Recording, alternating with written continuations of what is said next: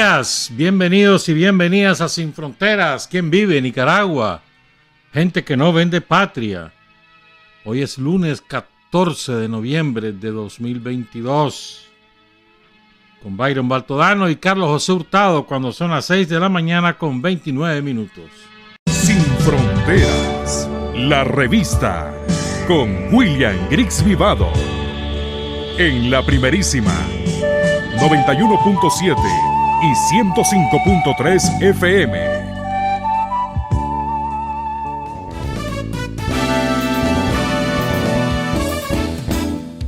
Sin fronteras para decir la verdad.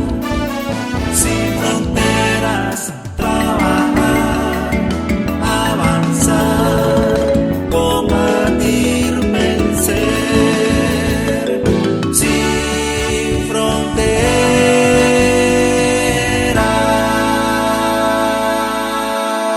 6:33, mañana estaría o está cumpliendo año Marilena Valladares, siempre la recuerdo, que falleció el año pasado. Marilena Valladares Ordóñez, y la recordamos siempre. Bueno, mira, desde hace ya como 3 semanas o 2 semanas, que yo he visto varias denuncias en las redes sociales y me han llegado por otra vía de una estafa que están haciendo individuos sin escrúpulos que se presentan como inspectores o cobradores o empleados de Disnorte, Disur. Llegan con datos de la persona, datos como el NIS, como el nombre completo, como el monto que facturan, y les dicen que llegan a cortar la luz a menos que les paguen tanto, y la gente cae. La policía conoce esta situación. El año pasado entiendo que hubo un operativo de la policía. Parece que a estos mismos individuos, los que estamos presentando ahí en la foto, no tenemos los nombres obviamente, los detuvieron, pero nadie llegó a presentar denuncia. Entonces los dejan en libertad porque no hay nadie que denuncie. Pero bueno, alerta pues a todos los consumidores. Son estos individuos, andan en esa moto verde la moto, ¿verdad? Y por ejemplo, allá en el Tamarindo, que eso queda allá en La Paz Centro, ahí en Tipitapa, aquí en Managua. Y entonces escogen además a las personas que viven solas, mujeres generalmente, mujeres mayores. Hubo una señora que se les paró, ahí la del Tamarindo, y los corrió. Se les paró con valentía. Entonces miren, Disnorte, Disur jamás hace eso. No le crean a nadie que llegue a decirle, si no me das tanto te corto. Es mentira.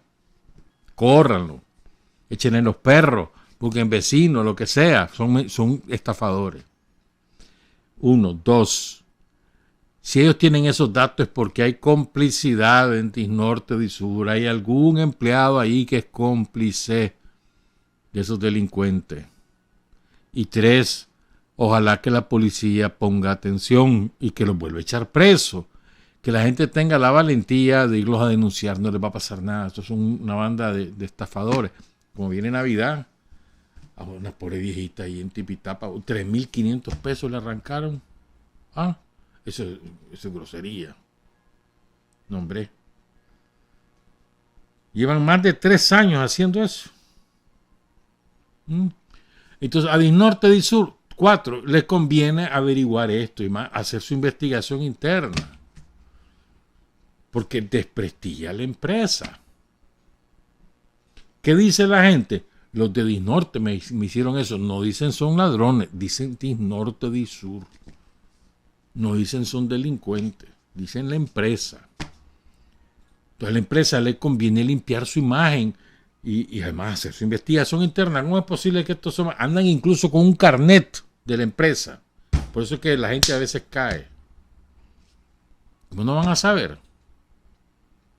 Así que Un llamado a empresas de norte y sur, un llamado a la Policía Nacional, un llamado también a los ciudadanos, no se dejen sorprender. Estos son los 4 delincuentes que andan, ahí está en la foto. Nombres no tenemos, obviamente, nadie va a estar. Pero puede ser que lo identifiquen. Ahora que quede el video colgado en las redes, en distintas redes sociales, puede ser que alguien nos identifique y que nos pase los nombres. Y se los pasamos a la Policía Nacional. Ahí en Tipitapas, tienen que saber la policía, tienen que poner mano. Que no pase lo que ha estado pasando ahí en el Timal, que llegan los asaltantes, van a poner la denuncia y la policía no se mueve. ¿Ya? Entonces, atención pues a la policía de norte y sur, a los ciudadanos. A los ciudadanos. El sábado estuvimos de cumpleaños y se me olvidó. Sin Fronteras estuvo cumpliendo 36 años. Con una pausa, ¿de cuánto fue la pausa? Como de 3. Creo que sí, que fueron 3. 2017, 2018, no, 2 años. Pero estuvimos de cumpleaños el sábado 12 de noviembre de 1986, nació Sin Fronteras. Galvaria, ni vos te acordaste. Porque aquí alguien me dijo, mira, felicidades, eso solo lo hacía la María Luisa Tienza. Solo ella. Pero, además, ¿quién me va a felicitar por eso, verdad? Por tener trabajo, seamos serios. Mentira, pero bueno, sí lo quería recordar, que el 12 de noviembre de 1986 nació Sin Fronteras, un día martes o miércoles, martes creo, a las 10 de la noche, 10 a 12 de la noche era, ¿verdad? Pasamos en ese horario hasta como para el 90 terminando, después quedamos en hora y media, después en 1 hora y después nos pasamos a la mañana. Bueno, fíjense, la semana antepasada hablamos un poquitito de una brigada de muchachas y de muchachos que fue sumamente importante en los años 80. Sumamente importante, la brigada 50 aniversario. Hubo 2 brigadas famosas, después vinieron otras después de la 50 aniversario, pero hubo 2 brigadas muy famosas. La brigada 50 aniversario, que era de chavalos de la Juventud Sandinista y de estudiantes de las normales, y la brigada Omar Torrijos. La brigada Omar Torrijos era de militantes del Frente Sandinista que eran enviados a zonas de guerra o a zonas alejadas de las grandes ciudades y los enviaban para hacer trabajo político. Ojalá que alguien nos contara como su experiencia y que contara, que recordara algunos nombres de integrantes de la brigada Omar Torrijos, caídos de la brigada Omar Torrijos. Ojalá. Yo no estuve en Omar Torrijos, pues, pero los invitamos a los que hayan estado que escriban, nos los mandan. Porque algo de esto hizo un compañero que se llama Marco Vinicio Sandino Montes. Él fue parte del Estado Mayor de la Brigada Educativa 50 aniversario. ¿Por qué se llamó 50 aniversario? Por Sandino. Porque era el 50 aniversario del asesinato de Sandino. Se fundó en 1984. ¿Cuál era la idea de la revolución? Fíjense, les voy a presentar 2 cuadros. ¿Verdad? Esta fue la situación en el 84, la situación educativa en cifras de maestros y alumnos, no en cifras de escuelas ni nada que se pareciera, porque eso hacían falta montones. Pero fíjense bien, antes del triunfo había, en 1978, solo habían 9,000 niñas y niños en preescolar, la inmensa mayoría en Managua. 370,000 en primaria, 100,000, digamos, en secundaria, 24,000 en educación superior, solamente 355 en educación especial y nadie en educación de adultos, obviamente. Ahora vamos a saltar a 1984. O sea, en solamente 6 años, la matrícula en preescolar con la revolución pasó de 9.000 a 66.850. Miren qué crecimiento más espectacular, sobre todo con los CDI y con los preescolares que organizó la revolución en los mercados, en centros de trabajo. Eso fue masivo y era una maravilla, me acuerdo bien.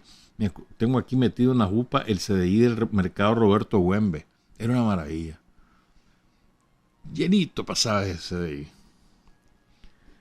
O sea, fíjense, de 9.000 a 67.000, digamos.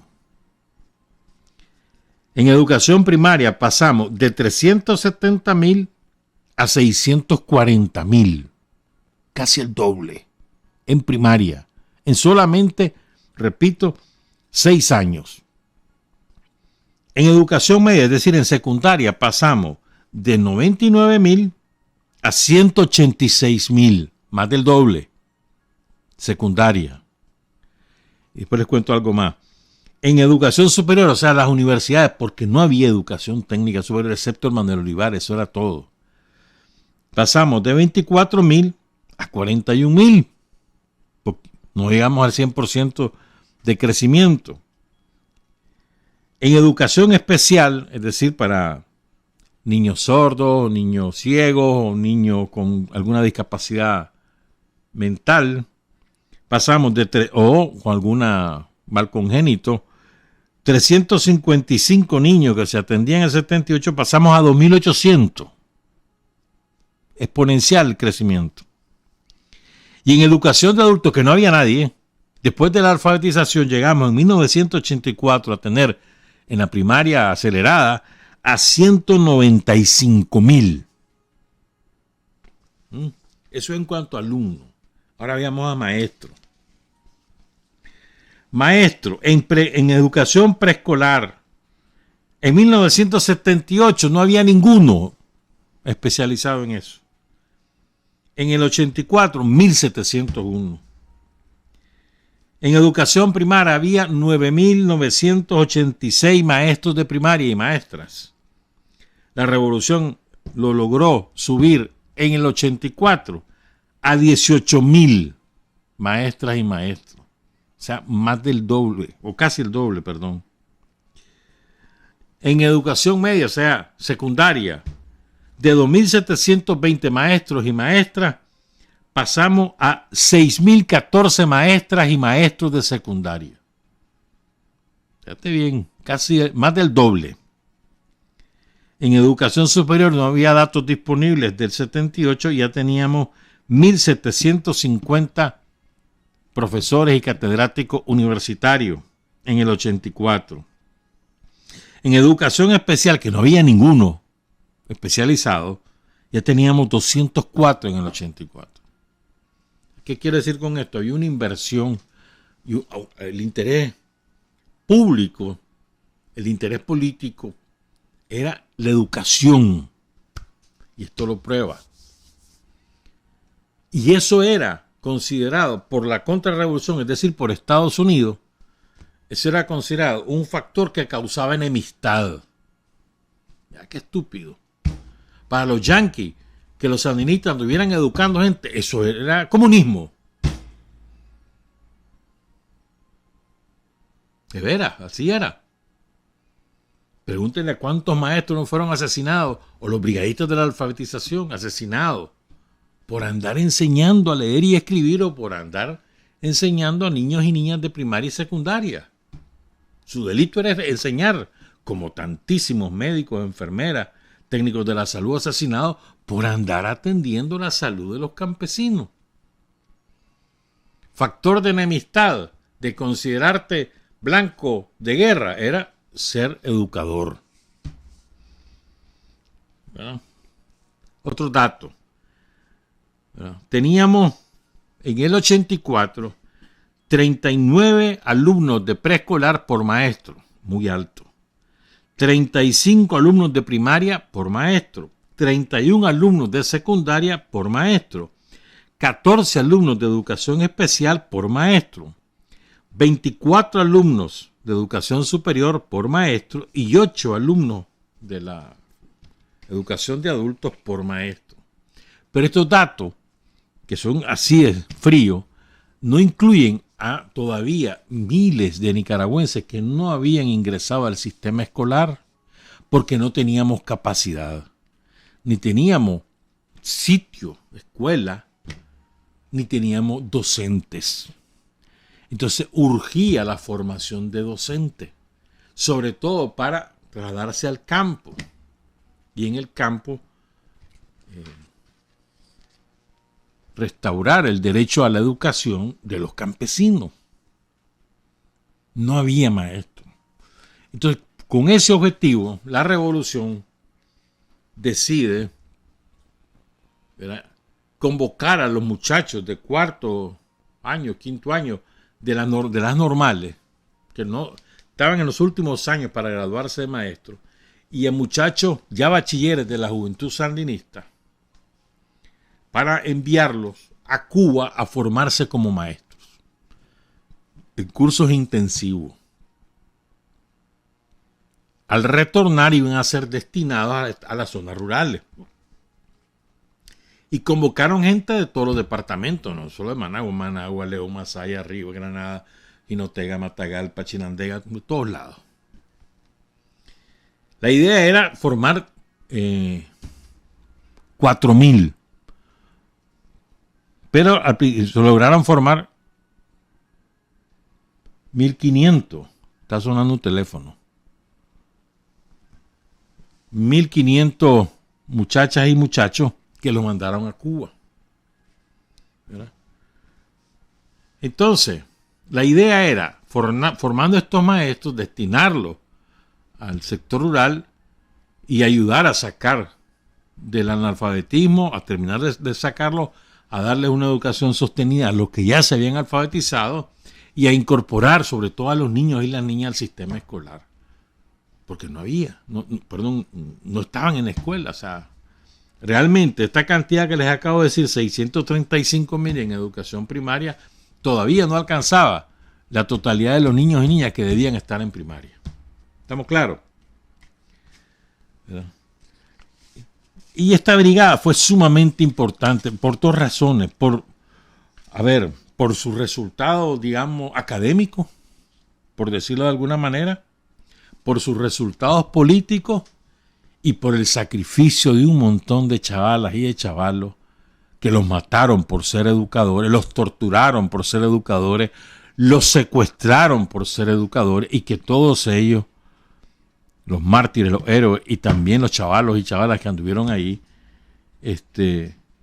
realmente hicieron un trabajo formidable. Que deberíamos rescatarlo, contarlo entre todos. Ellos buscan cómo tener sus encuentros. Ha habido encuentros en Chinandega, ha habido encuentros en Río San Juan, ha habido encuentros aquí en Managua, creo, de los que ellos se mantienen en contacto, pues.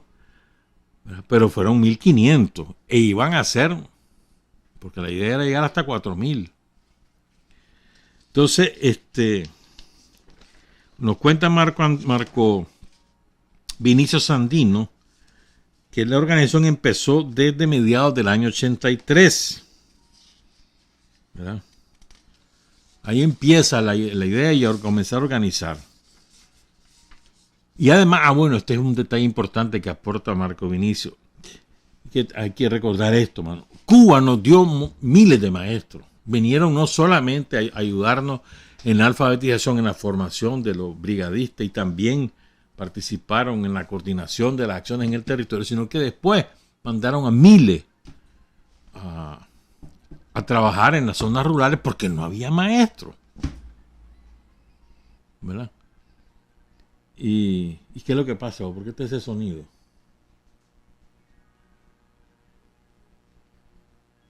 No creo. No creo. No es ninguno de tus celulares. Parece un celular eso. Bueno, entonces, habían dos vertientes de trabajo de los chavalos de la juventud, o tres. La defensa militar, en ese momento era voluntaria, se reclutaban Los chavales, porque había que estar joven pues, para irse a meter a la montaña, aguantar las caminatas y las privaciones. Esa era una, la defensa militar, la defensa de la producción, que se organizaban las brigadas para ir a cortar café, ir a cortar algodón, ir a cortar caña de azúcar, pero sobre todo café. Porque el algodón para el 82 ya no había. Pero el 80-81 todavía había. Y después la caña de azúcar, porque los pelas comenzaron a abandonar el ingenio de San Antonio hasta que la revolución asumió la inversión ahí, se lo regalamos. Porque al 1990 la revolución acababa de invertir $1 millón de la época, de hace 32 años, más 33. $1 millón, que son como ahora 5 o 6 millones de dólares, ¿verdad? Para renovar toda esa maquinaria, porque los pelas la habían abandonado. Y después se la regaló la Violeta. ¿Qué es que los pelas pagaron por esa inversión? Jamás. Se lo robaron. Típico. El pueblo de Nicaragua invirtió ahí $1 millón. El pueblo de Nicaragua. ¿Y por qué lo hizo el pueblo de Nicaragua? Porque eso es una fuente de empleo enorme. Y además porque nos quedamos sin azúcar. Ese era el único ingenio. No era el único. Pues. Había otro ingenio en Rivas, había otro en San Rafael del Sur, que ahí están todavía. Bueno, entonces esa era la segunda tarea. Y la tercera tarea era la educación. Alfabetización, educación de adultos y la maestros pues, y maestras. ¿Verdad? Entonces, no, yo me equivoqué, no era un bachiller, era de tercer año, dice Marco Vinicio. Tercer año de secundaria era la convocatoria. Aprobado el tercer año o en los 2 últimos años de ser estudiante normalista. 1500. Lo organizaron entre diciembre de 1983 y enero de 1984. Mira qué capacidad de organización la que tenía la juventud sandinista en ese momento.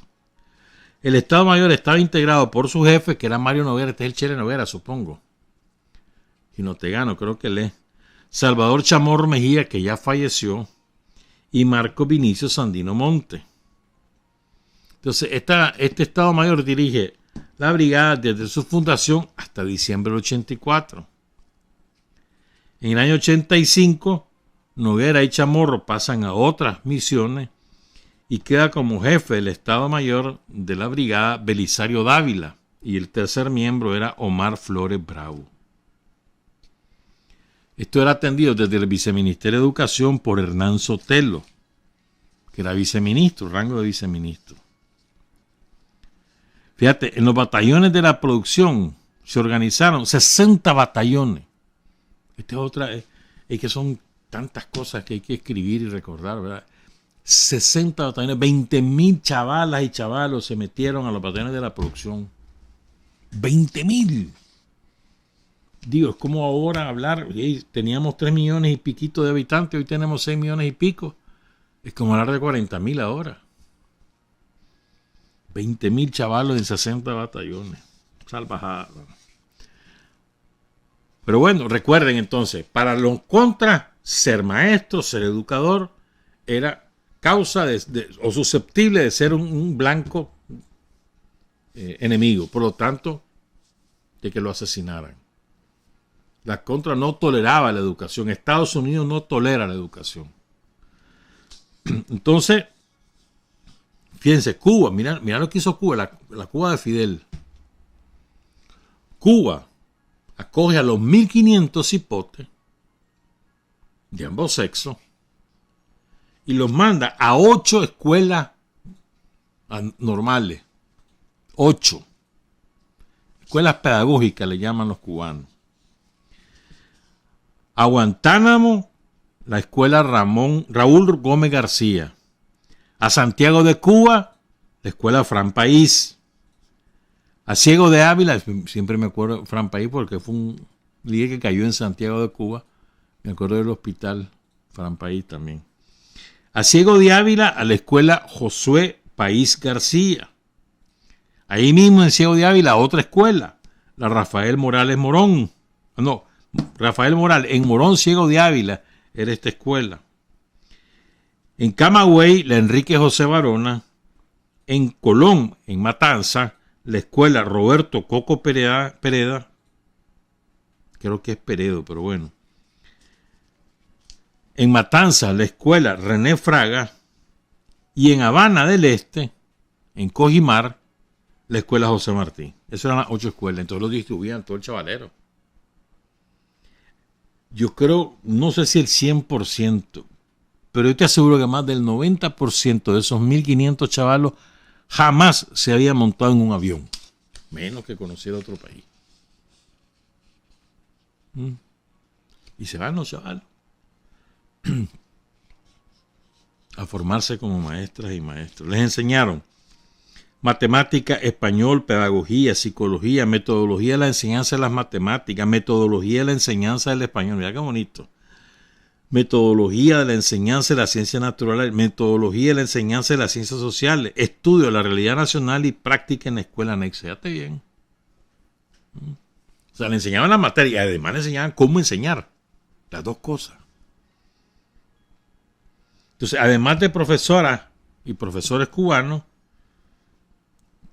la revolución envió a 5 maestras y maestros ya formados, nicaragüenses, para acompañar a la brigada. Entonces estos maestros se encargaban de la realidad nacional. Además, cuando llegaron los chavalos a cada destino, al Ciego de Ávila o a Santiago, a La Habana, qué sé yo, entonces mira qué bonito. Entonces las autoridades cubanas nombraban un padrino o una madrina de ese chavalo, del chavalo que llegaba. De manera que el cipote podía acudir a ese padrino o a esa madrina cuando tuviera un problema, cuando tuviera cabanga, cuando tuviera un inconveniente ahí amoroso, lo que fuera, pues. Entonces tenían su padrino y su madrina. Llegaban donde el padrino, podían llegar, pues, porque a veces no lo hacían, pues, pero podían llegar alguien cubano, adulto, con experiencia, que les podría ser su consejero. Sumamente bonito eso. Bueno, entonces, al regresar a Nicaragua, cuenta Marco Vinicio Sandino, se los ubica en las regiones del país. La primera región, que es Madrid, Estelino, Segovia; la segunda, Chinandega y León; la quinta, Huaco, Chontales y Celaya Central, o que hoy es Celaya Central, Nueva Guinea, El Rama, Muelle de los Bueyes. Las 2 zonas especiales que se conocían en aquella época, que son hoy la región Caribe Norte y la Caribe Sur, y el departamento de Río San Juan, que en aquel momento era la tercera región. Perdón, la tercera zona especial. Bueno, entonces, la idea era, van a hacerse cargo de la educación de adultos, pero de paso, van a trabajar en la organización comunitaria de la gente. O sea, van a hacer trabajo político también, no solamente ser maestro. Y además que había que también crear unidades de autodefensa y todas estas tareas, pues. Entonces,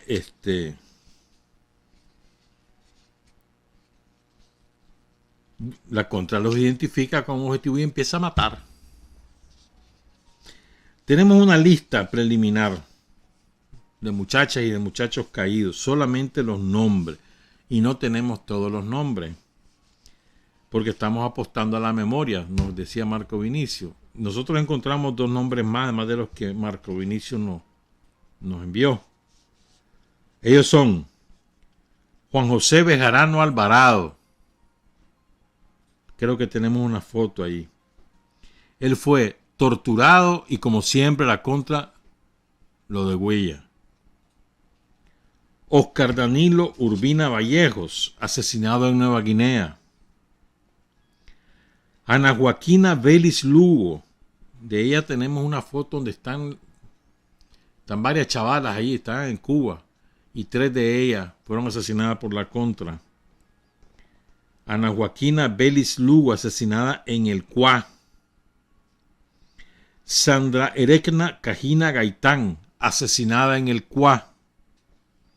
Estrella Dolores Domínguez, asesinada en el Cuá. Octavio French, que murió en Guaslala el 30 de julio de 1984. Noel Girón, Marta Lorena Vargas, José Antonio López, que murió accidentalmente, no fue asesinado por la Contra, y los compañeros Pedro Espinosa Amaya y Adrián Ferrufino. Ojalá que en el CUA rescaten los nombres de estos tres compañeros ahora que ganamos esas elecciones. Tres compañeras, perdón. Ana Joaquina Vélez Lugo, Sandra Erecna Cajina Gaitán y Estrella Dolores Domínguez, asesinadas por los soldados de Estados Unidos ahí en el CUA, ¿verdad? Entre 1984 y 1985. Pero también hubo secuestrados y luego asesinados. O sea, los que acabo de leer los fueron asesinados directamente, pero llegaron a matar. Los que vamos a leer ahora son muchachas y muchachos que fueron secuestrados, torturados, asesinados. Algunos de ellos, de los secuestrados, lograron sobrevivir. Otros no, fueron asesinados. Leo los secuestrados por la contrarrevolución por los soldados de Estados Unidos. Ana Julia Cortés, secuestrada el 27 de septiembre de 1984. Esto fue sumamente doloroso porque fueron 6 chavalos secuestrados. Y empezó un movimiento de los papas y las mamás para implorar que los entregaran. Fue muy, muy triste fue eso, porque después aparecieron sus cuerpos. Pero fue de un gran impacto en la opinión pública en aquel tiempo. Fue muy triste. Ana Julia Cortés, repito, secuestrada y luego asesinada. Todos ellos, estos que voy a leerles todos, fueron secuestrados el 27 de septiembre de 1984. Fueron 5. Ana Julia Cortés, Elman Luis Cortés César, Guillermo Ríos Martínez, Luis Ramón Blandón Seas, a quienes decían el original.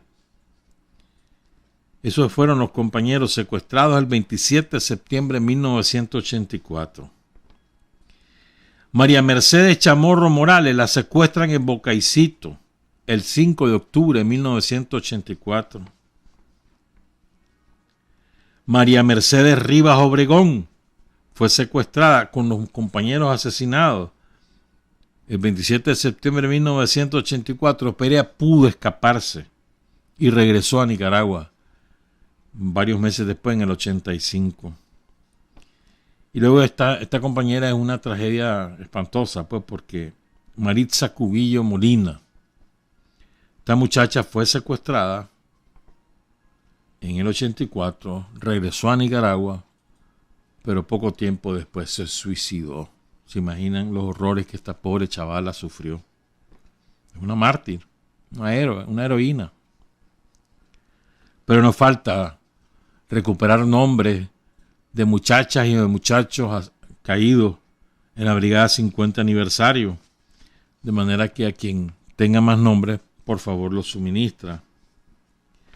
Porque además, pues, el otro fue, una vez que se sabe que los han matado, bueno, yo quiero sus restos, quiero enterrarlos legítimamente, decía la mamá, decía el papa.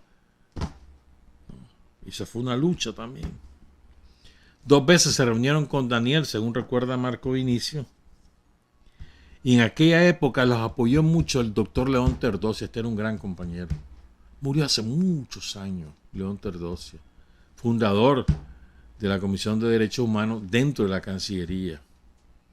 Hizo un enorme trabajo de consuelo, de acompañamiento, de gestiones, de lucha por los desaparecidos, por los secuestrados. Fue un extraordinario el trabajo del doctor León Terdosia. Repito, murió hace muchísimo tiempo. Y él los apoyó mucho a todos ellos, ¿verdad? La brigada, nos dice Marco Vinicio, jugó un papel clave para enfrentar la deteriorada situación de la educación rural, principalmente en las regiones donde había conflicto militar. Bueno, en toda la zona rural, pues toda. Empezaba en Nueva Segovia, terminaba en Río San Juan, después todo el país estaba en guerra. Segovia, Jinotega, Matagalpa, Buaco, Chontales, Celaya Central, Río San Juan, todo eso era zona de guerra. Famoso corredor de la contra. Entonces, ahí hubo de todo, hermano. No crea que solo, o sea, lo más doloroso fue asesinar a los muchachos y a las muchachas. Pero también asesinaban a campesinos por andar yendo a clase. Montones de campesinos asesinados porque iban a clase. Esto no es ningún tapazo, eso está testimoniado y certificado. Porque iban a clase. Y luego escuelas quemadas, así como puentes, centros de salud, puestos de salud, tractores, maquinaria de la construcción. ¿Qué no hicieron? ¿Qué chanchada no hicieron? ¿No? Claro, y después dicen, ¿qué nos pasó? Nosotros bajamos en el 80 el analfabetismo al 13%. Pero cuando terminamos, en el 90, ya el analfabetismo había crecido al 20%. Lógico. Ya no podíamos hacer el trabajo, porque nos estaban matando a la gente. Y era todo eso, era zona de guerra. ¿Qué vamos a hacer? ¿Verdad? Dice Marco Vinicio, durante los 2 años de servicio, la brigada contribuyó a la reducción del déficit de maestros y el incremento de la cobertura del servicio educativo. Y se desarrollaron acciones de beneficio a las comunidades. La mayoría de los brigadistas se destacó en la promoción del liderazgo y organización de los jóvenes en el campo y otras tareas de importancia comunitaria, como las jornadas de vacunación. Es verdad. Entonces, el 20 de diciembre de 1985, el presidente Daniel Ortega le impone a la brigada en su conjunto la Orden Miguel Ramírez Goyena, que había sido creada, si mal no recuerdo, en el 82, en la época del Consejo de Estado. Entonces, como era para toda la brigada, se la ponen, ahí tenemos un diploma de los que dieron, se la ponen en la bandera de la brigada, pero le entregaron a cada quien su pergamino como acreedor de la Orden Ramírez Goyena. Bonito, ¿no? Fue muy bonito eso. También lo recuerdo. ¿Verdad? La Orden Ramírez Goyena es el reconocimiento más distinguido que otorga Nicaragua a nacionales y extranjeros por su aporte al desarrollo científico y humanista. Y además, el otro beneficio que le dieron a los chavales y las chavalas que anduvieron en la Brigada 50 aniversario fue decir, ustedes ya son cumplidores del servicio militar, porque la ley ya había entrado en vigor en el 84. Entonces no era justo, ¿verdad? Entonces ya es como que se hubieran hecho el servicio, pues, y por lo tanto acreedores de todos los beneficios que en la época se daban a los cumplidores del servicio militar. 504 de los 1.500 integrantes de la brigada continuaron como maestras y maestros, ¿verdad? 34%. Los demás, pues, siguieron estudiando, algunos son abogados. Por ejemplo, hay un muchacho, una de las fotos que teníamos ahí de los secuestrados que logró escapar. Ese muchacho es abogado. Bueno, ya no es un muchacho, ahora es abogado. Pues. Pero hay de todo, de la brigada, hay un montón de todo tipo de profesionales, médicos, etcétera. Pues. Es bonito. Ingeniero, es decir, de lo que fuese. Pues. Muchos han sido directores de escuela o dirigentes de Anden. Esta es la foto que decía la estudiante, la que es abogado. Dice Edgar Chávez. Estuvo conmigo en Santiago de Cuba, dice un compañero. Fue ubicado en Guaslala, creo que en la comarca del Guayao. Fue secuestrado junto a otro compañero que creo se llamaba Sebastián, se llama Guachán. Era amigo de Octavio Frech, que también fue asesinado.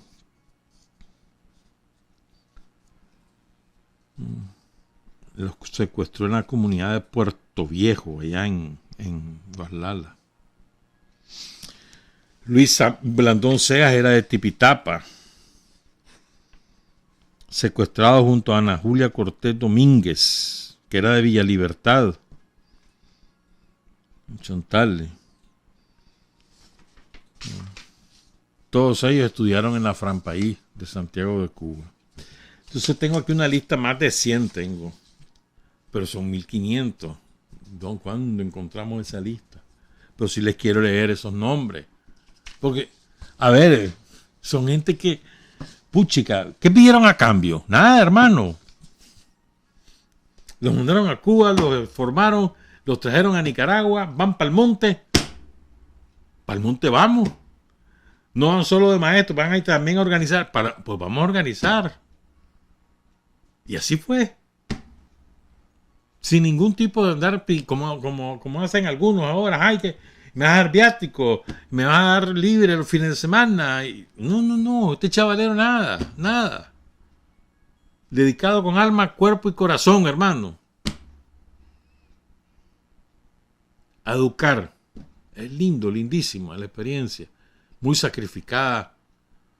Son compañeras y compañeros que lo dieron todo sin pedir nada a cambio, y que ahí pasaron, lo formó también, a cambio recibieron formación, esto es verdad, como seres humanos, más allá del magisterio, como seres humanos, porque esa vivencia te forja como ser humano, y son cosas que nunca olvidas, que te marcan para toda la vida. Y eso es lo que recibieron a cambio, pero no es que andaban pidiendo nada material, jamás.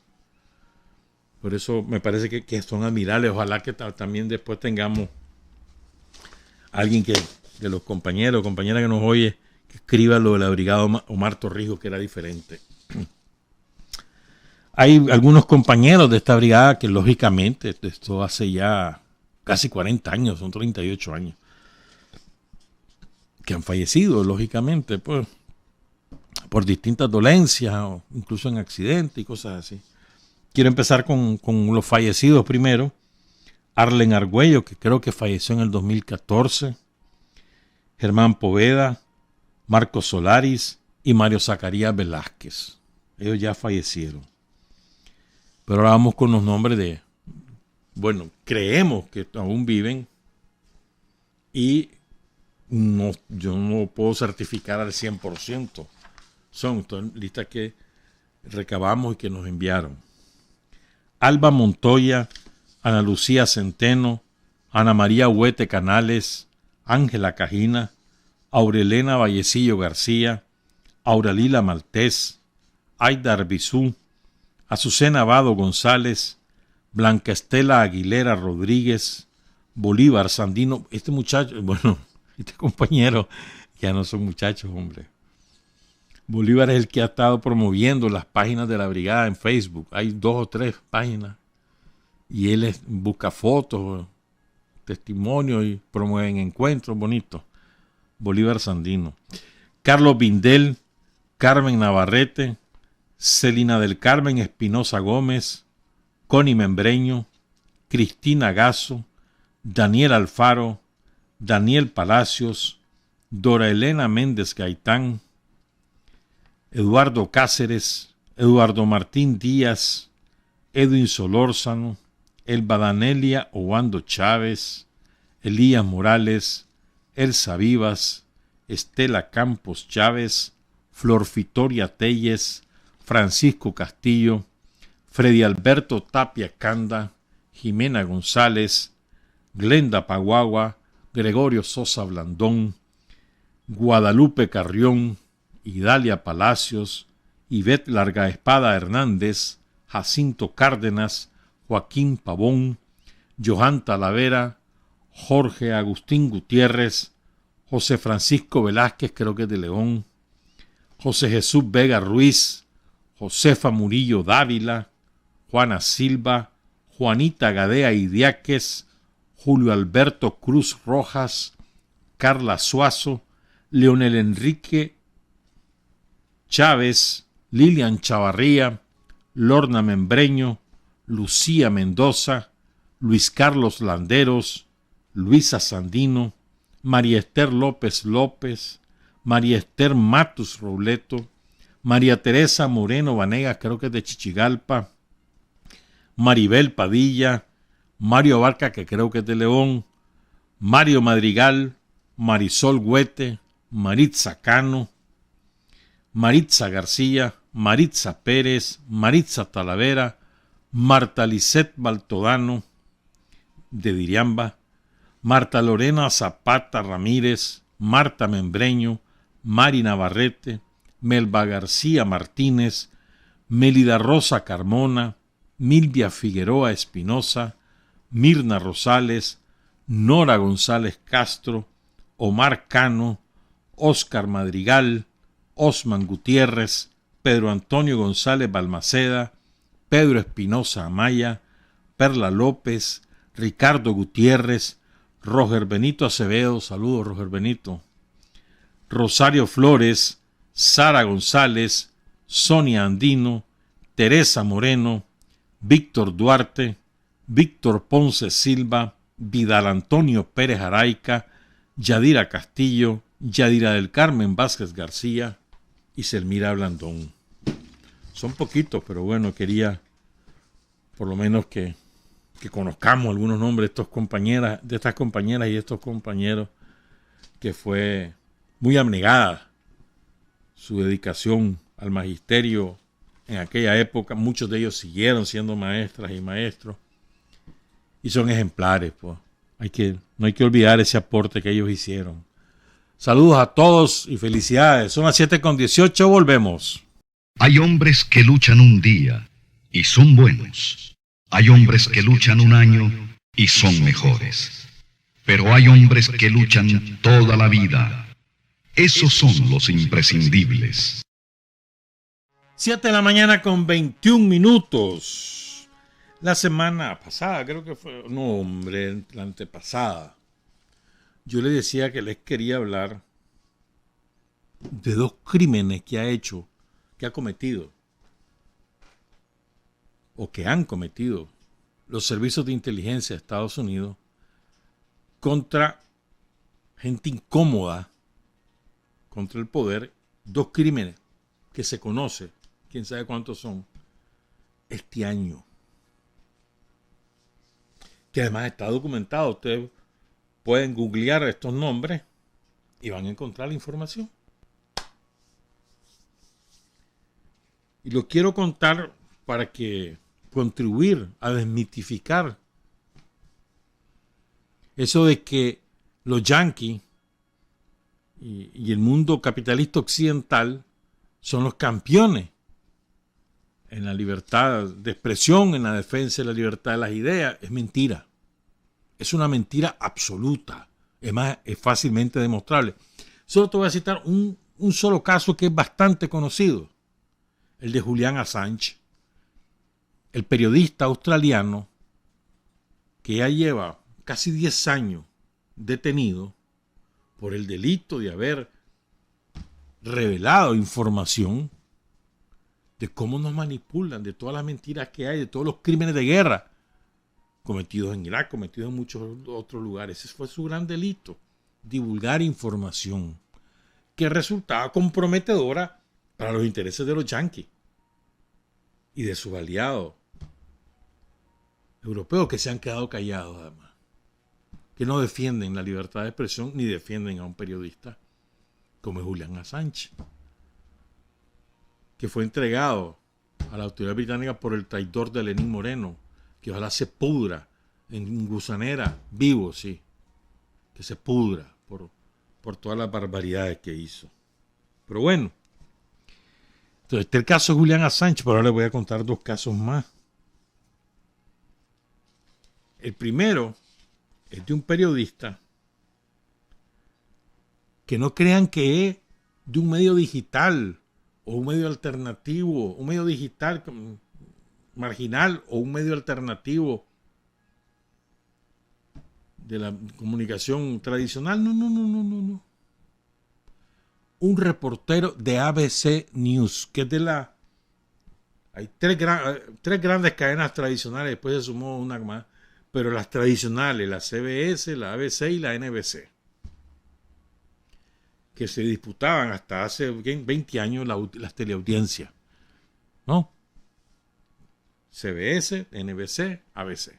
Este señor es periodista, o era, de la ABC News. Está desaparecido. Y ya van a saber por qué. Su especialidad, la política estadounidense y las investigaciones relacionadas con la seguridad nacional de Estados Unidos. Su especialidad. Vivía en el condado de Arlington, en el estado de Virginia, hasta hace casi 6 meses. Van a oír lo que pasó. La revista Rolling Stone, fuera de toda sospecha de que sea comunista, ¿verdad? La revista Rolling Stone publicó el 24 de febrero de 2022 un artículo firmado por Tatiana Siegel sobre la desaparición de James Gordon Meek. Creo que así se pronuncia. James Gordon Meek. Se escribe M-E-E-K. M-W-E-K. ¿Verdad? De quien no se tienen noticias desde finales de abril de este año. Desapareció el hombre.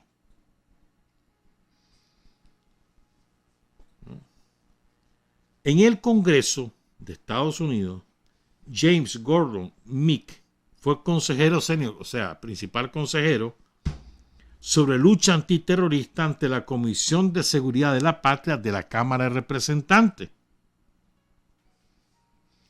Y parece que llevaba una doble vida, como periodista y como agente de inteligencia, pero de las agencias de Estados Unidos. Pongan cuidado. En el momento que desaparece, él estaba preparando un libro sobre la operación Pineapple, que fue la que culmina con la expulsión de los marinos yanquis de Afganistán. Él está escribiendo un libro sobre eso. La caída de Kabul. Este señor, James Gordon Meek, publicó su último tweet el 27 de abril. Y lo que hizo no fue escribir algo de él, sino que hizo fue retuitear, que se llama, es decir, tomar el tweet de otra persona, la publicación de otra persona en la red social Twitter y publicarla en tu cuenta como que si fuera, como que si la respaldara, como que es tuya, porque la hizo sin ningún comentario, simplemente la retuiteó. 27 de abril. El texto era de un exagente de la CIA, ¿no?, que dice: en realidad esto comenzó hace tiempo, dice el exagente de la CIA. Nos enteramos entre 2014 y 2022, no ahora. Es un experimento sobre las tácticas técnicas y procedimientos rusos, sobre la guerra electrónica, sobre todo. Es por eso que los ucranianos, con nuestro consejo y asistencia, lo hacen también. Pregunten a los de la comunidad de inteligencia o de la guerra no convencional. Nos enteramos de una tonelada de mierda, dice el texto hasta actual. Él lo retuitea. Eso fue, repito, el 27 de abril. ¿Estamos claros? Después de eso, llegó el FBI y llegó a su casa en Arlington, en el estado de Virginia. Desde entonces no se sabe nada de él. Ya van a oír lo que dicen los vecinos. Pero además, llega a su casa el FBI y James Gordon Meek aparece renunciando a todas sus funciones en ABC News. Rarísimo. Los vecinos reportan que la casa estuvo cercada por un gran número de autos negros y que vieron incluso un vehículo blindado de las unidades de intervención del FBI. Hombres armados hasta los dientes registraron toda la casa de arriba abajo. No se sabe si Meek estaba en su casa en el momento de la intervención policial. Esto lo dice The Rolling Stones, la revista. En todo caso, nadie vio salir de su casa a Meek y nadie lo ha visto desde aquel momento. Las autoridades de Estados Unidos no han dicho una palabra sobre la desaparición de James Gordon Meek. Sus vecinos nunca más lo han vuelto a ver. Sus compañeros de trabajo tampoco saben nada de dónde está. Uno de sus colegas dijo: ha desaparecido de la faz de la tierra. La gente pregunta, pero nadie sabe la respuesta. Otro representante de ABC News afirmó: Meek renunció muy repentinamente y no ha trabajado para nosotros durante meses. un representante del FBI le dijo al medio que están llevando a cabo actividades policiales autorizadas por un tribunal en la zona. Después le recuerdo algo. Confirmó que estuvo presente en una dirección en Arlington, pero que no podía confirmar ni dar más comentarios al respecto. Confirmar dónde ni más comentarios. Fuentes anónimas dicen que Mick no ha sido acusado de ningún delito, pero es sospechoso de poseer material clasificado en su computadora. Sin embargo, según su abogado, si tales documentos existen, como afirman, eso estaría dentro del ámbito de su larga carrera como periodista de investigación que cubre las irregularidades del gobierno. Y cuentan que un juez del Distrito Este de Virginia, donde residía este periodista, autorizó el cateo de la casa. Bueno. Sin embargo, esto se supone que lo había prohibido Biden, ¿no? En 2021.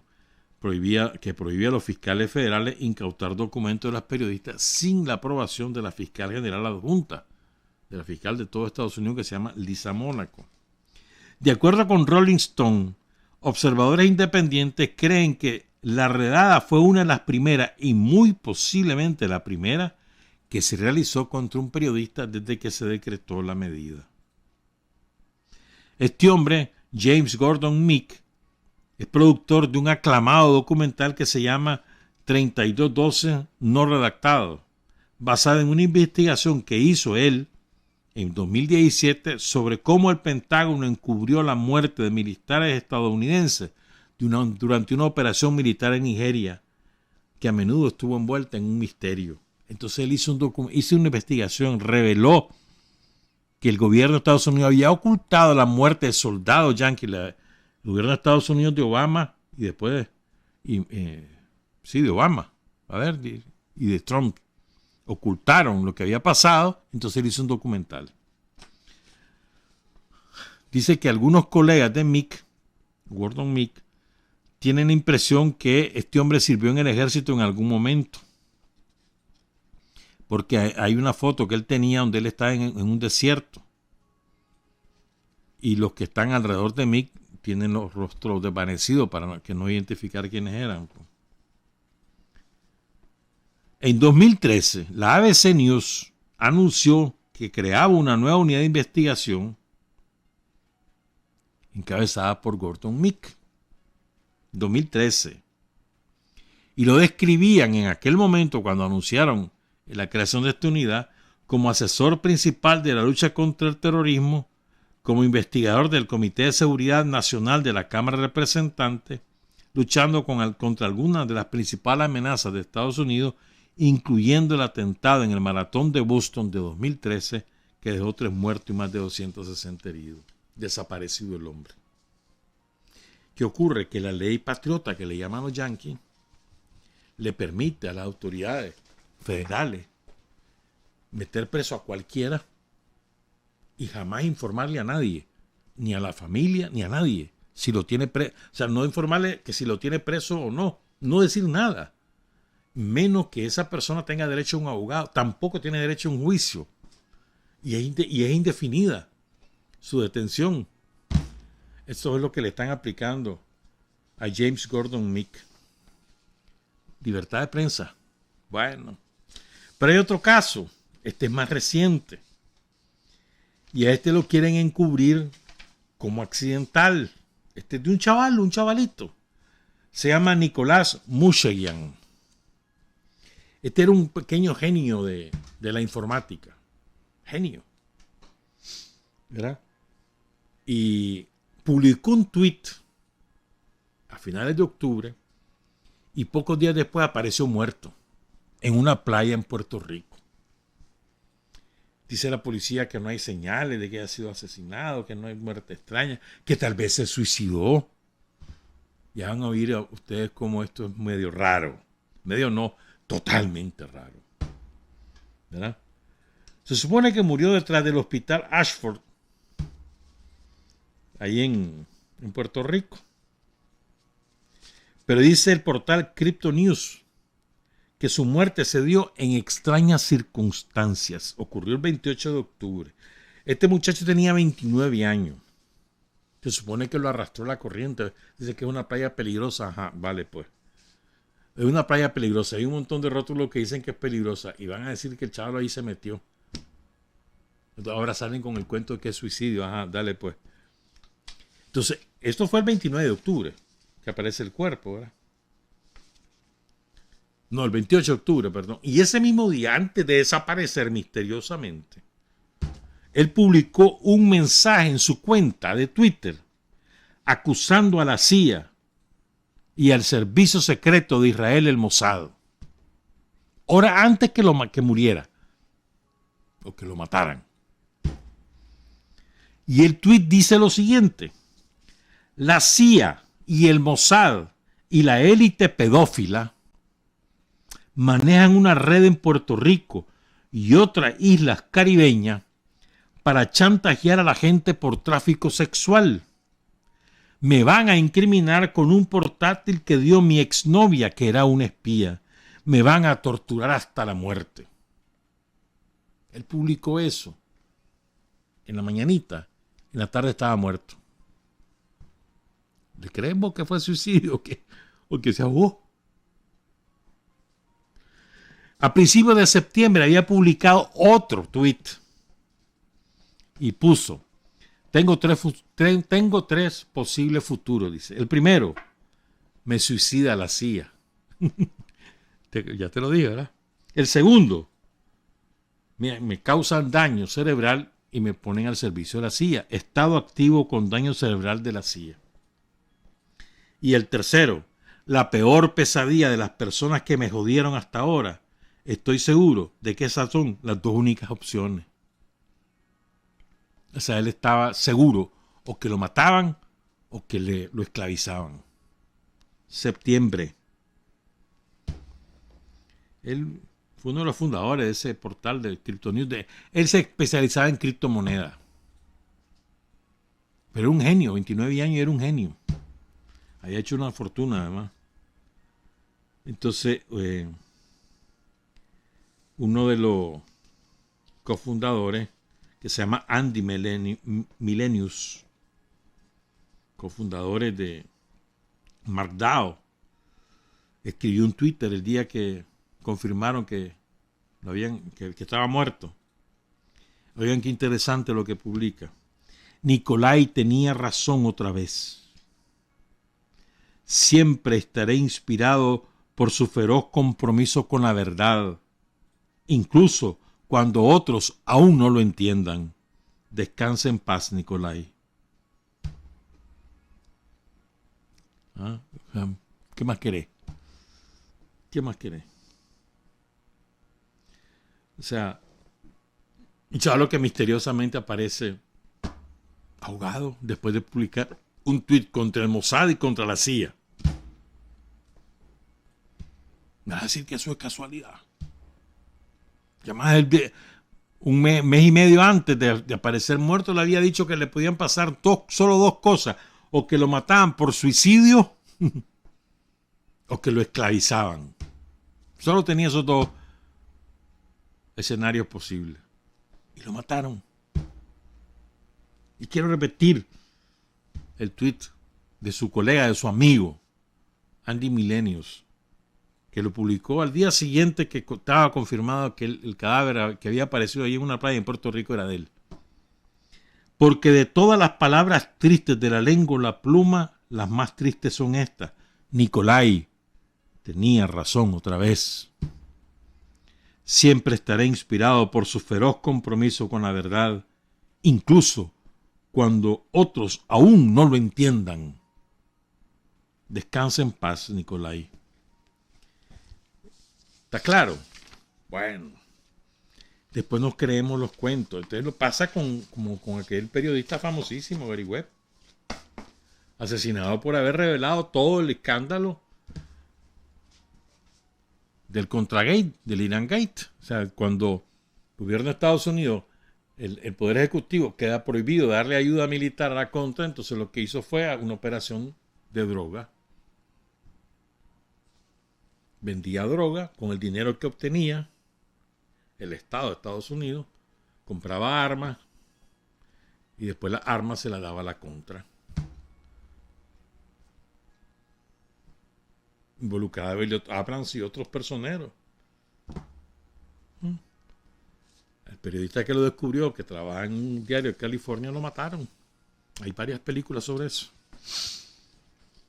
Entonces fíjense, pues, cuando te cuentan lo de la libertad de expresión, la libertad de pensamiento, el derecho que vos tenés a decir lo que te plazca sin que no tener consecuencias, es mentira.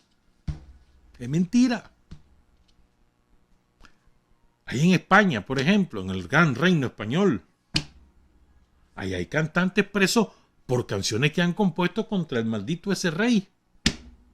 Presos, condenados. Ahí hay tortura institucional, hay torturadores, hay gobernantes que han sido financistas de grupos paramilitares, como el caso de Felipe González, y no pasa nada. Las torturas que han sido sometidos decenas o centenares de luchadores sociales de Euskal Herria. Torturas salvajes. Jamás han sido sancionadas.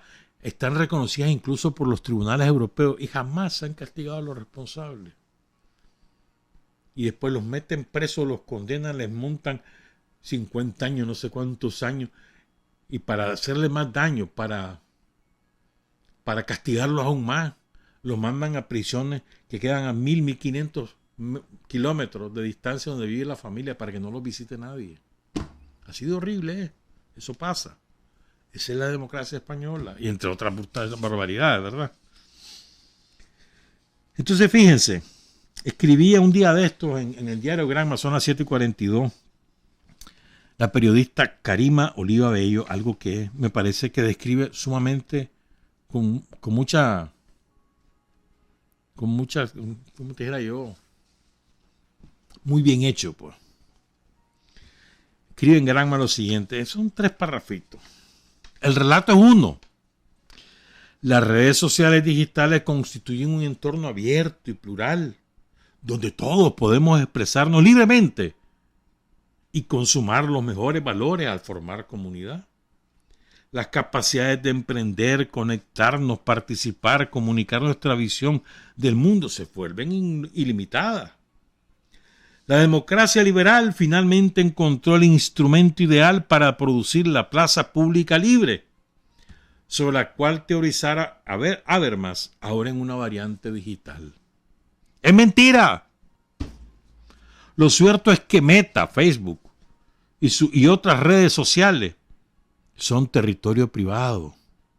Operan como instrumentos de vigilancia y castigo a gran escala sobre nuestras vidas y subjetividades. Nuestros datos personales son recabados, procesados y administrados con fines publicitarios, políticos o mercantiles, al margen de nuestro consentimiento, beneficio o interés personal. Las redes sociales virtuales constituyen un mecanismo de propaganda ideológica sin par, encargado de reproducir la hegemonía del liberalismo más desmadrado. Son además territorios de desvergonzadas operaciones de ciberguerras contra naciones que han tenido la osadía de transgredir la agenda de Estados Unidos y elegir su sistema político sin injerencia. O sea, mejor dicho, imposible, hermano. Quiero que reflexionemos sobre esto. Ustedes y nosotros fuimos testigos y víctimas de lo que hizo el somocismo y los yanquis en las redes sociales en el 2018. La enorme cantidad de infamia, de mentiras descaradas, de calumnias, de descalificación, el odio que sembraron, ¿verdad? Redes sociales, tribuna de libre expresión.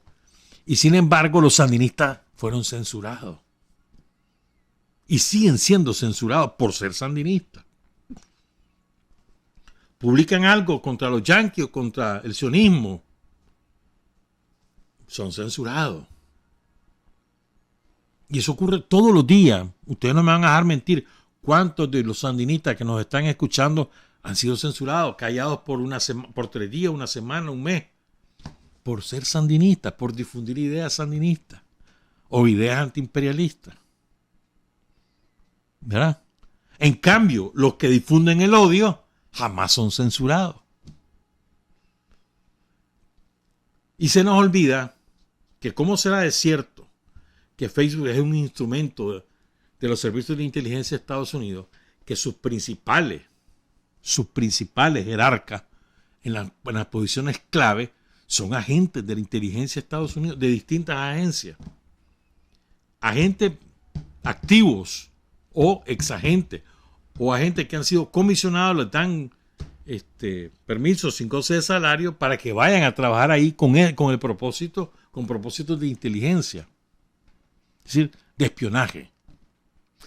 El otro día Edward Snowden, que norteamericano, ¿verdad?, que era agente de una de las agencias de la NSA de Estados Unidos, que deserta, estuvo por varios lugares hasta que finalmente fue a parar a Rusia y ahora es ciudadano ruso.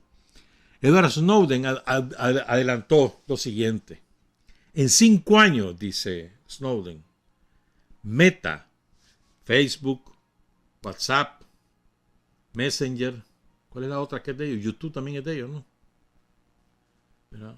Van a ser dueños de tus iris. Es decir, en este momento vos podés, hay teléfonos inteligentes que podés ponerle como contraseña el iris de tus ojos, ¿verdad? No, casi poca gente lo hace, pero lo hay. Ya están así. Para poder ingresar a tu cuenta de Facebook va a ser necesario que vos registres el iris de tus ojos. ¿Con qué propósito van a usar eso? A saber, hermano. Él predijo que en 5 años Meta va a ser dueño de los iris de los ojos de más de la mitad de la población mundial. Vamos a ver, porque Meta está en problemas ahorita financieros, ¿verdad? Ya comenzó a correr gente, porque va de caída. Pero fíjense, ustedes recuerdan lo que pasó en las elecciones de Gran Bretaña. No, las elecciones no, en el referéndum de Gran Bretaña, cuando iban a decidir si se iba o no se iba Gran Bretaña de la Unión Europea, el Reino Unido. Y entonces, Facebook hizo un acuerdo comercial, le vendió la base de datos de los usuarios de Facebook en el Reino Unido a una empresa privada que estaba interesada en que Gran Bretaña, Reino Unido se fuera de la Unión Europea. Y así trabajaron. Y crearon opinión pública, etcétera. De acuerdo a esos datos. Entonces tenían mensajes dirigidos a esos datos. Porque esos datos los procesaron, hicieron algoritmos, es decir, esta gente tiene determinado gusto, esta otra gente determinadas características, esta otra, y así. Dividieron los grupos por edad, por gusto, por lo que fuera, y dirigieron mensajes. Y sacaron el resultado. Es decir, eso para cuestiones electorales o políticas. Después para cuestiones comerciales abunda. ¿No te has fijado vos que estás en Facebook, ¿verdad? Entonces de pronto, por decir algo, ¿ves? Te interesó que un anuncio que dice que venden pantalones. Pum, entra. Después solo te salen como 800,000 tiendas de pantalones. A cada rato te salen. O qué sé yo, después te sale un restaurante. Ve, mira que queda cerca de mi casa, voy a ver cómo es la... Entra. Después te salen montones de restaurantes. Porque te espían permanentemente tu gusto. Y van haciendo una base de datos con lo que vos haces. Es como con las fotos. Que es un gran error de mucha gente publicar las fotos de sus hijos. Pero bueno, cada quien, ¿verdad? Las bandas del crimen organizado, ¿con qué trabajan? Con Facebook. Van recabando datos, fulanos, tiene reales, mira dónde va, con quién va, que no sé cuánto, ¡pum! Chantaje, extorsión, secuestros, de todo. ¿Ah? Entonces, y eso solo te estoy hablando de actividades normales. Te metes a la política y a la sembradera de odio, cómo manipulan. ¿Cómo acreditan que fulano de tal si es veraz y el fulano de tal no es veraz? Lo hacen según los intereses de los yanquis.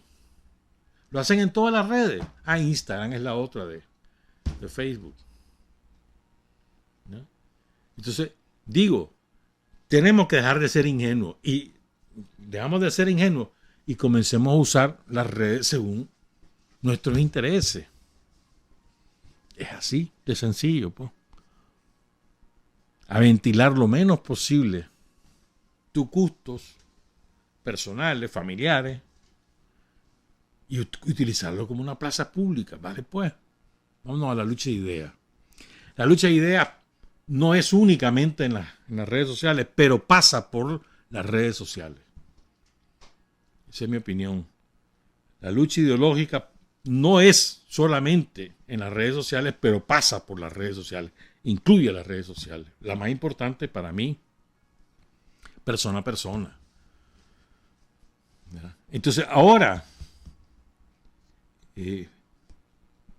vos podés observar, constatar cómo los yanquis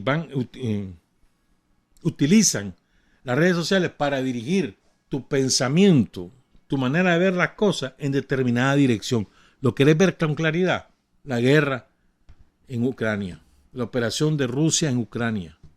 Vos podrías haber tenido una simpatía inicial por uno o por otro lado, sobre todo por Rusia, pero si vos te dejas inundar por toda la información que circula en las empresas de Meta o en Twitter, terminás diciendo Rusia es la culpable. Sobre todo si no tenés solidez ideológica. De estar el bombardeo al que te someten. ¿Me entendés? Entonces, yo creo que es importante que estemos claros de lo que esto significa. Que todos estemos claros. Que nos pongamos ojo al Cristo. Creo yo, porque es importante. Estaba leyendo hace como 2 semanas, publicó un artículo Oleg Yasinski, que es el chileno-ucraniano, pero ucraniano en el sentido ruso de la palabra. Y entonces él estaba recordando cómo a ellos les vendieron eso de la libre difusión de ideas después de la disolución de la Unión Soviética. Y él describía como ingenuidad política la del pueblo soviético, porque compraron el discurso. Y entonces lo que descubrieron fue que, además que no tenían formación para descubrir lo que les estaban haciendo. Entonces, con el tiempo descubrieron que eran 12 maneras de decir la misma cosa, pero que no eran distintas cosas. Pero bueno, eso lo descubrieron con el tiempo. Decía Oleg Yasinski, nos enamoramos del cuento de la libertad de las ideas, justamente en el tiempo en que el pensamiento todavía representaba un valor y cuando en el mundo entero no existían espacios más críticos y analíticos que las cocinas soviéticas, donde hasta altas horas de la noche se cocinaban nuestras dudas y certezas con 1000 aliños que les daba la buena educación que teníamos y un saborcillo picante la fruta prohibida. ¿Cuál es la base? La educación, la formación ideológica, la formación política. Si nosotros tenemos una base sólida de formación, que la empezamos, en un momento la comenzamos y dura toda la vida, te mantenés formándote toda la vida, pero tenés que empezar. Si tenemos esa formación sólida, nosotros podemos descubrir cualquier engaño. Cualquier engaño. O sea, para mí la gran ventaja de la formación ideológica y política es que te enseñan a dudar. No des por cierto nada, mientras no lo comprobes con distintas fuentes, mientras no lo contrastes con lo que vos ves o con lo que vos conocés. Mientras no compares las cosas, dudá. A la primera, dudá. Pero eso no lo puedes lograr cuando ya tenés determinada formación. A veces nos dejamos ir de boca y nos terminamos creyendo cuentos que son absurdos, pero hasta que ya es demasiado tarde descubrimos que era una mentira, que era un absurdo. Pero al principio nos pareció totalmente crédulo. Porque eso, a ver, nunca, esto lo ha dicho muchos, me acuerdo de habérselo leído a Galeano, que en paz descanse, o a los italianos, nunca ha tenido mayor cantidad de información a su disposición el ser humano como ahora, pero nunca ha estado tan desinformado como ahora, porque es tanto la información que circula que no hay ni qué hacer con ella, entonces preferí ya ni siquiera leerla. No, pero ya no quiero saber nada, mejor los videos, los juegos, los chistes, la música, preferí ignorar, porque es demasiado lo que te dan, y además que te lo repiten, la misma mentira con distintos matices y terminar embotado. A mí me parece que es vital en nuestra formación, vital, estar claro cuáles son los escenarios que pisamos. No nos creamos el cuento ese de que vivan las libertades sociales, que los medios ahora se opinan, que no, mentira. En el mismo momento que vos afectás los intereses de ellos, te silencian sin ningún asco. Y si vivís en sus países, te meten preso o te desaparecen o te matan, como les he dado el ejemplo de dos. Este año, 2 casos, uno desaparecido, el otro muerto, asesinado, que se crean el cuento de ellos, porque el mismo muchacho lo advirtió: a mí me van a suicidar o me van a esclavizar. ¿Me van a suicidar o me van a esclavizar? Lo suicidaron porque ese es ahora lo que está circulando. No, las autoridades de Puerto Rico están calibrando la teoría de que el muchacho se suicidó. Y lo había advertido. Porque manejaba información. Quién sabe cuántos secretos le tenía agarrado al Mossad y a la CIA. Y lo querían desprestigiar. Por esa vía iban a ir. Nosotros sabemos, y lo conocemos de primera mano, chantajes a los que han sido sometidos numerosas personalidades del mundo político latinoamericano, para comenzar, en general, y de autoridades de América Latina, chantajes sometidos por los servicios de inteligencia de Estados Unidos o los servicios de inteligencia de sus propios países, y del Mossad y del el MI6 del Reino Unido. Chantajes sobre la vida sexual, o sobre negocios, o sobre la familia, y los chantajean. Si no haces lo que te digo, vamos a revelar esto. Y como tienen los medios, están a su servicio, esos políticos terminan cambiando de opinión. Conozco el caso de no voy a decir nombre, de un político mexicano, comunista, de los que te recitaba la obra de Marx, de Lenin y de Engels y de Mao. Hoy es uno de los ideólogos de la extrema derecha de México. De por medio, un chantaje salvaje, entre otras cosas. Entonces no andes creyendo. Quitémonos la venda de los ojos. Libres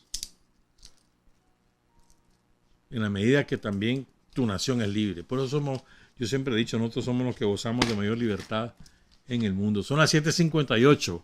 Trabajar, avanzar, combatir, vencer. Patria y libertad. Revolución es sentido del momento histórico. Es cambiar todo lo que debe ser cambiado. Es igualdad y libertad plenas. Es ser tratado y tratar a los demás como seres humanos. Es emanciparnos por nosotros mismos y con nuestros propios esfuerzos. Es desafiar poderosas fuerzas dominantes dentro y fuera del ámbito social y nacional. Es defender valores en los que se cree, al precio de cualquier sacrificio. Es modestia, desinterés, altruismo, solidaridad y heroísmo. Es no mentir jamás ni violar principios éticos. Es convicción profunda de que no existe fuerza en el mundo capaz de aplastar la fuerza de la verdad y las ideas. Revolución es unidad, es independencia, es luchar por nuestros sueños de justicia para Cuba y para el mundo, que es la base de nuestro patriotismo, nuestro socialismo y nuestro internacionalismo.